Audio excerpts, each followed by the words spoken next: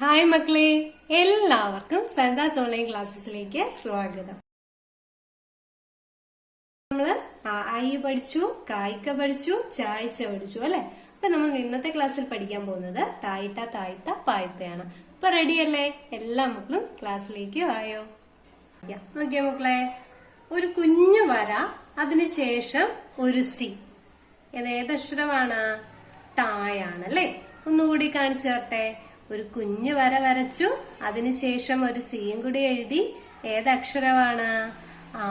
ടായാണ് അല്ലെ.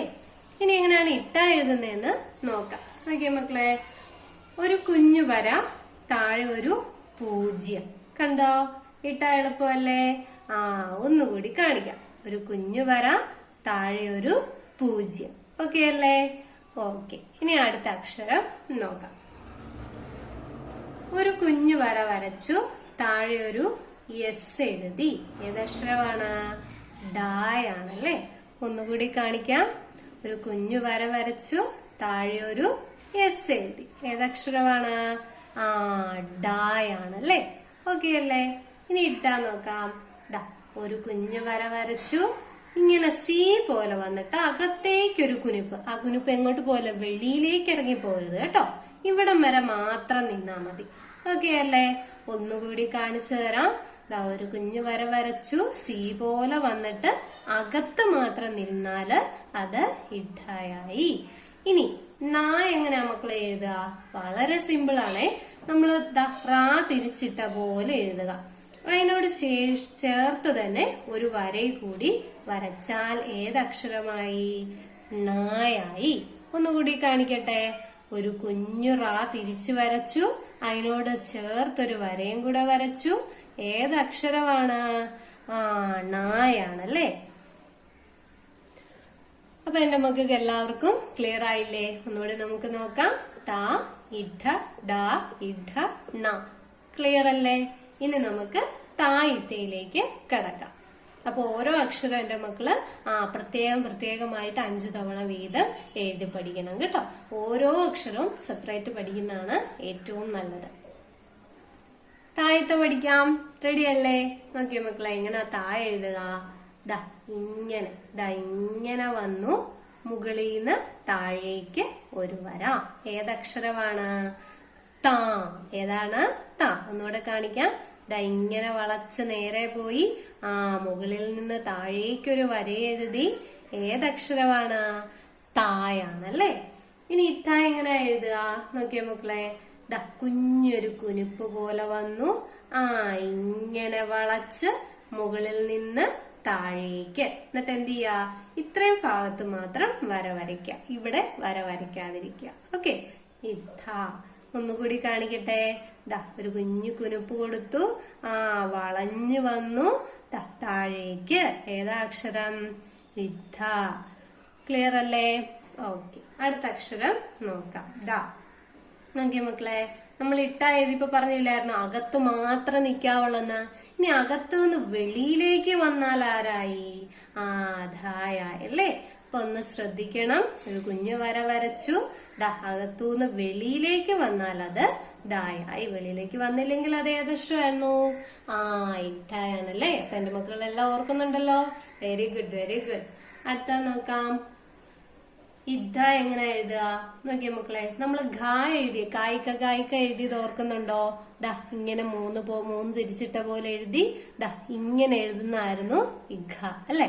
ഇനി ഇതിന്റെ ഒരു ചെറിയ വ്യത്യാസമുള്ളതുകൊണ്ട് രണ്ടും കമ്പയർ ചെയ്ത് തന്നെ പഠിക്കണം. നോക്കിക്കേ മക്കളെ, ഇങ്ങനെ അകത്തൂന്നൊരു കുനിപ്പോടുകൂടി വെളിയിലേക്ക് വന്നാൽ അതാരാണ് മക്കളെ?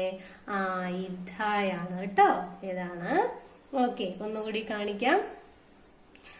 അകത്തൊരു കുനുപ്പ് കൊടുത്ത് 3 പോലെ വന്ന് ഇങ്ങനെ വന്നാൽ ഏതാണ്? ഇദ്ദായായി. ഒരു കമ്പാരിസൺ എപ്പോഴും ശ്രദ്ധിക്കണം. കുനുപ്പില്ലെങ്കിൽ അത് ഘായും, കുനുപ്പോടെ വന്നാൽ അത് ദായും, മറ്റേ ഡായും അതുപോലെ തന്നെ അല്ലെ നമ്മൾ പഠിച്ചു. അകത്തെ മാത്രം നിന്നാൽ അത് ഇദ്ദായാണ്. അകത്തുനിന്ന് താഴേക്ക് വള്ളി പോയാൽ അത് ദായാണ്. ഇനി നമുക്ക് നാ പഠിക്കാം. നോക്കിയ മക്കളെ, തായുമായിട്ട് സാമ്യമുണ്ട് നായ്ക്ക്, അത് ശ്രദ്ധിക്കണം. ദാ ഒരു കുനുപ്പോട് കൂടി ഇങ്ങനെ വന്ന് മുകളിൽ നിന്ന് താഴേക്ക് വന്നാൽ അത് ഏതക്ഷരമാണ്? നായാണ് അല്ലെ. ഒന്നുകൂടെ കാണിക്കട്ടെ. ഒരു കുനുപ്പോട് കൂടി ഇങ്ങനെ പോയി മുകളിൽ നിന്ന് താഴേക്ക് വന്നാൽ അത് ഏതക്ഷരമാണ്? നായാണ് അല്ലെ. ഈ കുനുപ്പില്ലെങ്കിൽ അതാരാണ്? തായാണ്. അങ്ങനെ ഈ ഒരേപോലെ ഏകദേശം ചെറിയ വ്യത്യാസമുള്ള അക്ഷരങ്ങൾ നിങ്ങൾ സെപ്പറേറ്റ് ആയിട്ട് തന്നെ എഴുതി പഠിക്കുന്നതാണ് എപ്പോഴും നല്ലത് കേട്ടോ. അപ്പൊ ഇടയ്ക്ക് ഈ തായ, നായ, ധായ, ഘായ, ധായ, ഇഡായ ഇതൊക്കെ ഒന്ന് ചേർത്ത് തന്നെ എഴുതി പഠിക്കുക. അപ്പൊ ചേർത്ത് തന്നെ എഴുതി പഠിക്കുമ്പോൾ നിങ്ങൾക്ക് ആ സംശയമൊന്നും ഇല്ലാതെ വരും. അപ്പൊ നമുക്ക് പായ്പയിലേക്ക് കിടക്കാം. പായ്പ പഠിക്കാൻ റെഡിയല്ലേ മക്കളെ? നോക്കിക്കേ, ശ്രദ്ധിക്കണേ. ഒരു റാ തിരിച്ചിട്ട പോലെ എഴുതി മുകളിൽ നിന്ന് താഴേക്ക് വരച്ചു. ഇതേതക്ഷരമാണ്? പാ. ഒന്നുകൂടി കാണിക്കാം. ഒരു റാ തിരിച്ചിട്ട പോലെ എഴുതി മുകളിൽ നിന്ന് താഴേക്ക് വന്നു. ഏതക്ഷരമാണ്? പായാണ് അല്ലെ. ഇനി അടുത്ത നോക്കാം മക്കളെ. ഇപ്പ എങ്ങനെയാ എഴുതുക? ഇതാ ഇപ്പൊ നമ്മള് പാ എഴുതിയില്ലേ? പാ എഴുതി പോലെ തന്നെ എഴുതി ദാ ഇവിടേക്ക് ഇതാ ഇങ്ങനെയും കൂടെ വരച്ചാൽ അത് ഏതക്ഷരമായി? ഇപ്പായായി. ഒന്നുകൂടി കാണിക്കട്ടെ. ഇങ്ങനെ വരച്ചു, ഇങ്ങനെ വരച്ചു, അങ്ങോട്ടും ഇങ്ങോട്ടും അല്ലെ. എളുപ്പമല്ലേ? ഓക്കെ. ഇനി അടുത്തത് ബായാണ്. നോക്കിയോ മക്കളെ, ബായിലും ശ്രദ്ധിക്കണം, പിന്നീട് നമ്മൾ പറയുമ്പോ പറയാട്ടോ. ബാധ ഇങ്ങനെ വരച്ചു, നടുക്കൊരു വര കൂടി കൊടുത്താൽ അത് ഏതക്ഷരമാണ്? ബായാണ് അല്ലെ. ഒന്നുകൂടി പറയട്ടെ. അതാ ഇങ്ങനെ കൊണ്ടുവന്നു, മുകളിൽ നിന്ന് താഴേക്ക് വരച്ചു, നടുക്കൊരു വര കൂടി കൊടുത്തു. ഏതക്ഷരമാണ്? ബായാണ് അല്ലെ. ബായുമായിട്ട് സാമ്യമുള്ള ഒരാളുണ്ട്. ആരാണ്? വായുണ്ട്. കണ്ടോ, വായിക്കാകുമ്പോ നടുക്ക് വരയില്ല. യാരാളാവ് പഠിക്കുമ്പോൾ നമ്മൾ പഠിക്കും, എന്നാലും ഇത് ഒരുപോലെ ഇരിക്കുന്നോണ്ട് പറയാണ്. നടുക്ക് വരയുണ്ടെങ്കിൽ അത് ബാ, നടുക്ക് വരയില്ലെങ്കിൽ അത് വായുവാണ്. ഒന്ന് ശ്രദ്ധിച്ച് കമ്പയർ ചെയ്ത് തന്നെ പഠിക്കുക.